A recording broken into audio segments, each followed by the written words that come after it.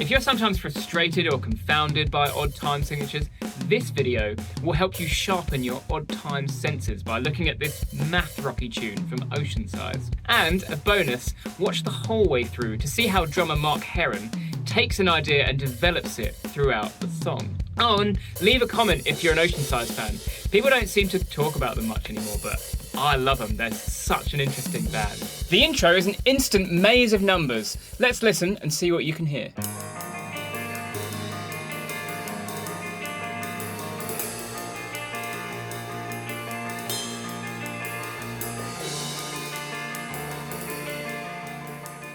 The drums have some nice, airy cymbals going on over this guitar pattern.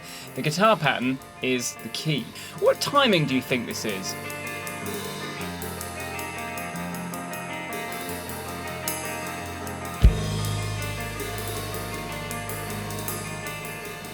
If you're not sure, try and sing the pattern to yourself. And hey, this is YouTube, make use of those playback controls. Maybe slow it down a bit, see if that helps you. Super important note, to figure this out with you, I'm going to be doing a lot of counting. Counting is merely a gateway into feeling something naturally. The goal of all of this is to feel the music naturally so that you don't have to think about it at all. All my students have different preferences, so tell me, I'm interested, which do you prefer? Often people default or gravitate towards one. Let me know in the comments, is it listening, counting, or sheet music? Which of those helps you out the most? Okay, let's do it. If you count out every beat, the guitar pattern suggests 3 lots of 7, followed by a cheeky 1 lot of 3 at the end. So 3 bars of 7, 1 bar of 3.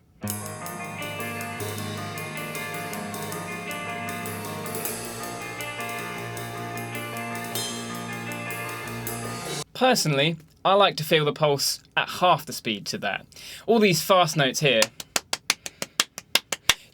it's a bit too much. It's like overload. I prefer that nice half-time pulse. If we count that, you end up with 1 bar of 7, 1 bar of 5, which incidentally adds up to 12. Could this then be 6? I would say no. I would stick with the phrasing the music suggests. I hear it as a bar of 7 and a bar of 5, but let me know. How does it strike you?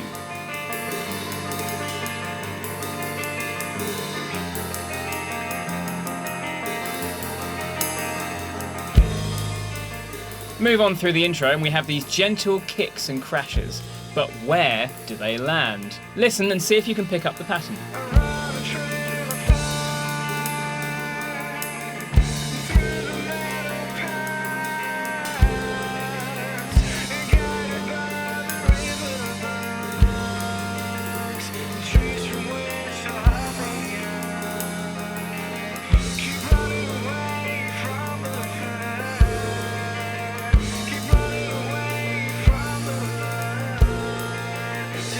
Did you get it?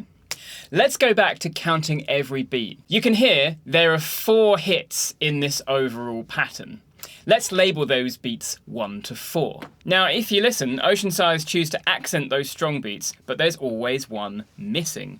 Let's track the missing one.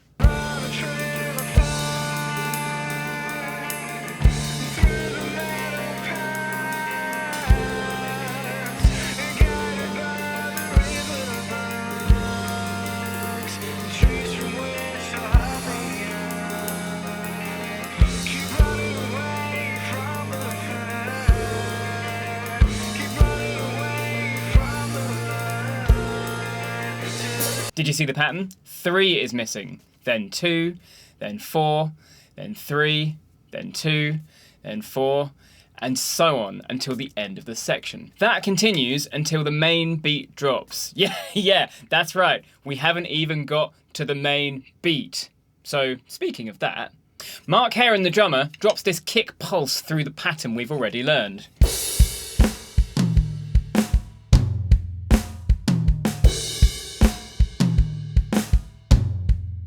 Now, your snare and your toms accent those strong beats instead of your kicks and your crashes. I love this because it takes a musical idea that already was introduced and develops it, making it feel different. A lot of great drummers and bands do this. They get the most out of their ideas instead of just switching to something new. And this development idea continues. Later Mark adds the ride into the mix.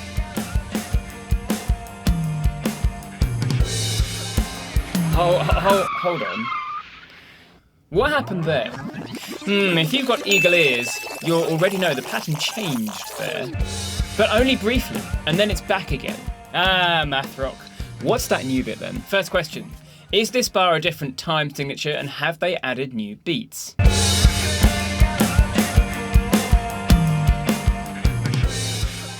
Still the same number of beats, so it's the pattern of accents that have changed.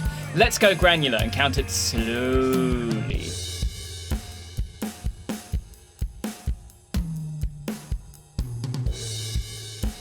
That is our new rhythm. Let's call it rhythm B. We'll call what we have been doing, this old familiar pattern, rhythm A. B only happens once, then it's right back into A. But now, Mark Heron is also playing eighth notes on the ride, with some embellishments here and there. Ooh, then watch out, it's B again. But then, everything changes.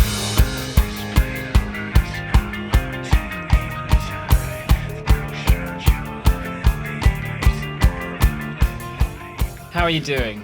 It's a lot, isn't it, when you really get into it? So congratulations for sticking with it, for watching this far. Okay, let's listen to this next bit. What is going on?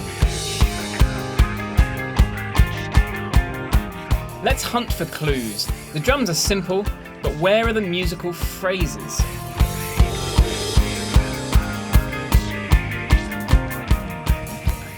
Every now and then, we have a flurry of open hi-hats and crashes, but a bigger clue is this bass riff. Can you hear it?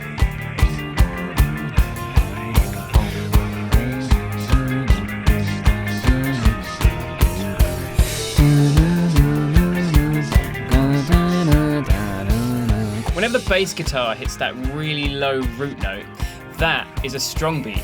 So all we need to do is count the distance between those strong beats.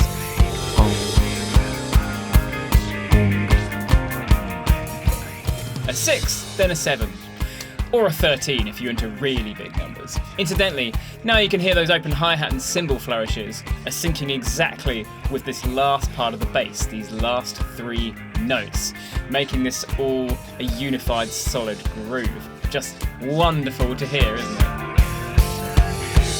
So that goes on for a bit. You may be wondering, do we go back to section 2?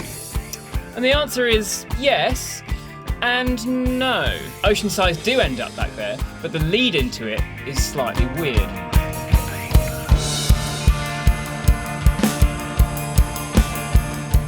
Back to section 2, and this instrumental picks up much where we left off. We've got drums playing this nice pattern of 7 and then 5, nice kick pulse going through, 8th notes on the ride, chugging along with a few embellishments here and there.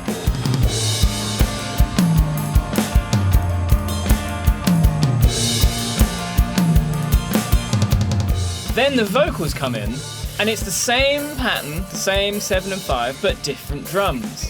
Again. You see, Mark's still developing this idea as he moves some of the accents to the open hi-hat.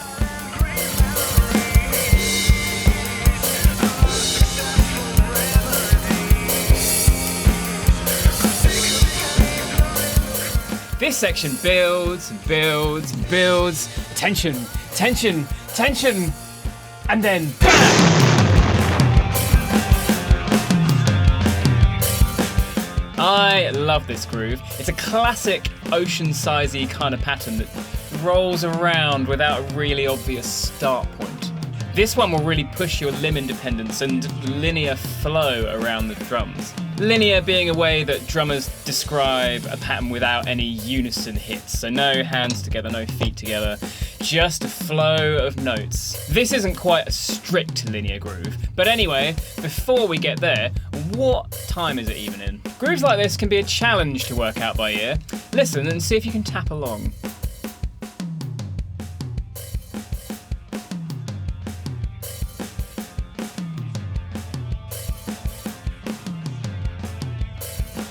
To my ears, the key is in the bass guitar, again. Maybe it's that special relationship drummers have with bassists, who knows? Try and pick out the bass riff.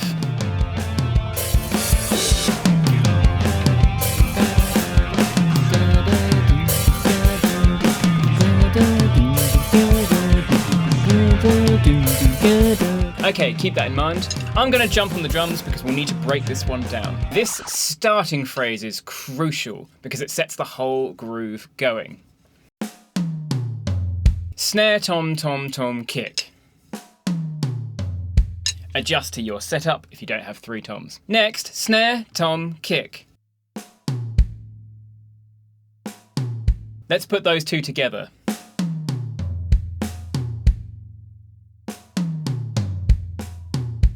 Ending the groove with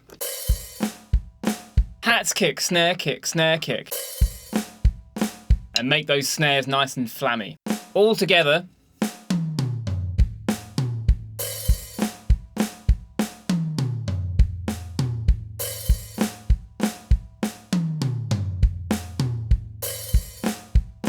Every now and then, Mark adds this second cheeky hi-hat open, as if there wasn't enough to do already.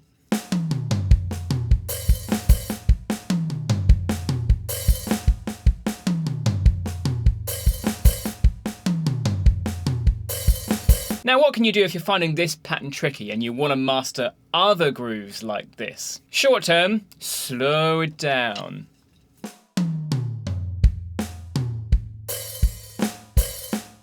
Long term, improve your limb independence. If you want to more easily play grooves like this, I have a limb independence download you should pick up. It's 5 levels of exercises that I take all of my students through to stretch their coordination and their fill work. There's a link in the description and this fancy QR code I made if you don't happen to be watching on mobile. So here's our completed groove in 7. But after setting up this nice intricate pattern, the drums just kick into this.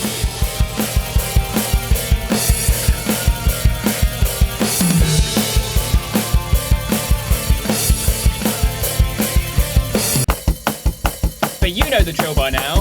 What's the time signature?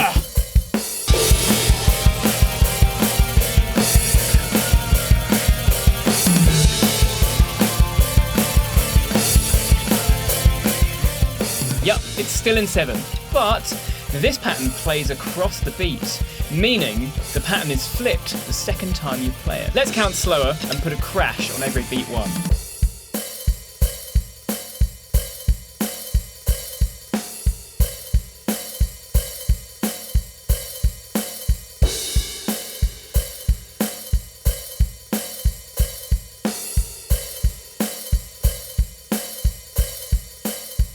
Another way that Oceansize are developing an idea. We started here, and then we go here,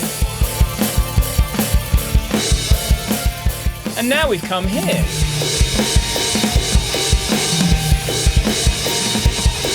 Still 7, still the basic pattern from earlier, the one we called section 4, but the band have evolved it. Now Mark's playing this loud halftime feel, snare hits on the 3 and the 7, constant crash pulses going on, lots of fill work. It's all just a bit louder and brasher.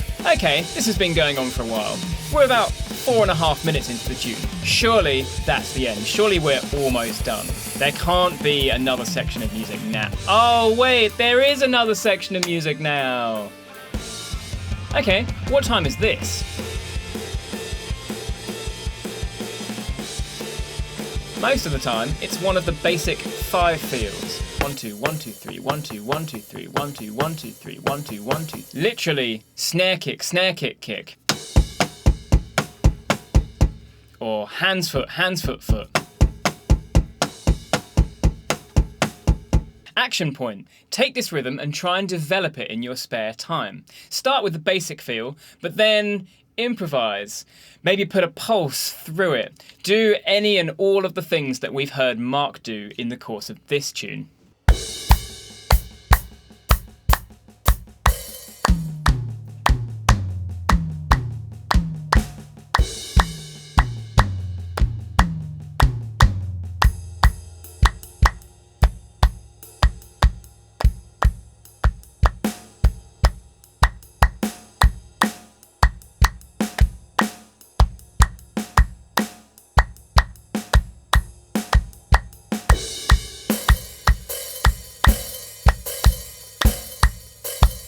back to Trail of Fire. You may have picked up on the fact that I said most of the time this is one of the classic 5 feels. Most of the time. Because that'd be too simple for Oceansize, wouldn't it? One time signature for the whole song. They laugh in the face of such simplicity. So, every now and then, you have this bar of 6, then back to 5.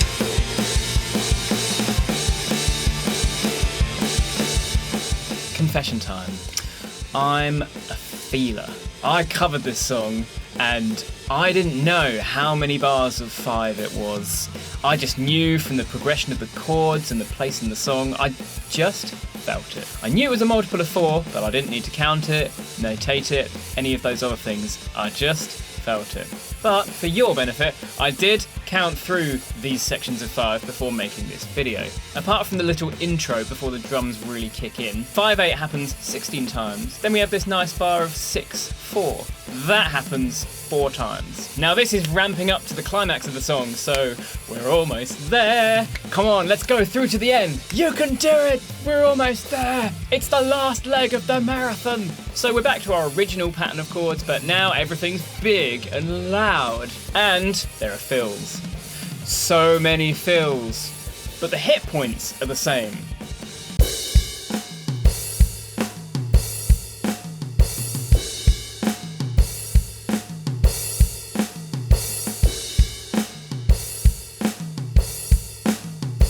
Incidentally, if you want to go deeper on how to play fills around hits like this, watch my next video where I deep dive into this part of the song and give you some tactics to do just that. Then, the drums and the whole band develop the idea again, and it gets bigger and louder. But as the vocals come back, Mark ditches the fills. This is a note to drummers everywhere. When the vocals come back, ditch your fills. Unless you're Keith Moon. He got away with it somehow. But Mark does increase the intensity with all the double kicks.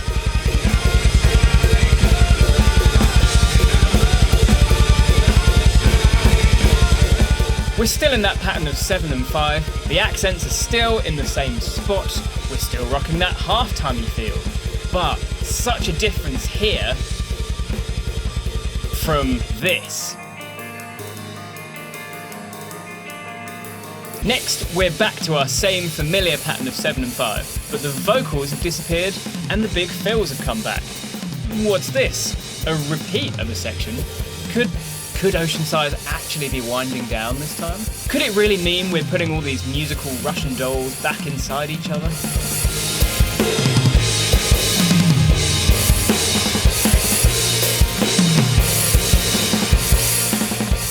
Sure enough, next we've got our pulsing kick over the same pattern.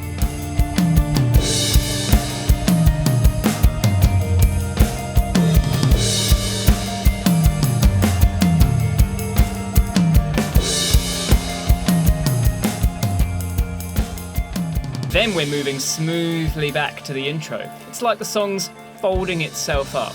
We've had our fun, got all the craziness out of our system, now it's time to put the toys away. But before you move on to also watch something else, let's look at how Mark developed this pattern over the entirety of the song.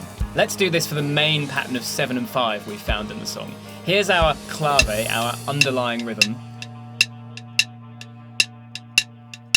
Now let's see how Mark and the band played around with that pattern over time.